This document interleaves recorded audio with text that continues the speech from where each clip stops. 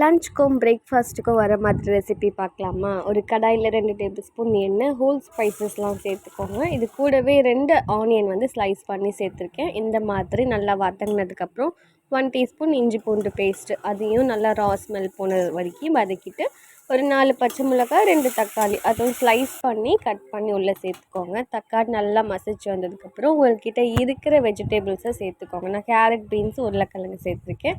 நல்லா வதக்கி விட்டுறலாம் 2 நிமிஷம். அதுக்கப்புறம் மஞ்சள்தூள் 2 டீஸ்பூன், மிளகாய்த்தூள், கரம் மசாலா ஒரு 1/2 டீஸ்பூன், இது கூடவே சாம்பார் பொடி இருந்துச்சுன்னா ஒரு 1 டீஸ்பூன் சேர்த்துக்கோங்க. இதுவும் நல்லா மிக்ஸ் பண்ணதுக்கப்புறம் 1 கிளாஸ் அரிசிக்கு 2 கிளாஸ் தண்ணி, ஊற வச்சுருக்கிற அரிசி, உப்பு, ஃபைனலாக கொத்தமல்லியும் கொஞ்சமாக நெய் சேர்த்து மூடி போட்டுருங்க. 3 விசில் எடுத்ததுக்கப்புறம் கொஞ்சம் நேரம் சிம்மில் வச்சுட்டு அதுக்கப்புறம் ப்ரெஷரெல்லாம் ரிலீஃப் ஆனதுக்கப்புறம் ஓப்பன் பண்ணிங்கன்னா நல்லா தலை தலன்ட்டு சூப்பரான வெஜ் பிரியாணி ரெடி.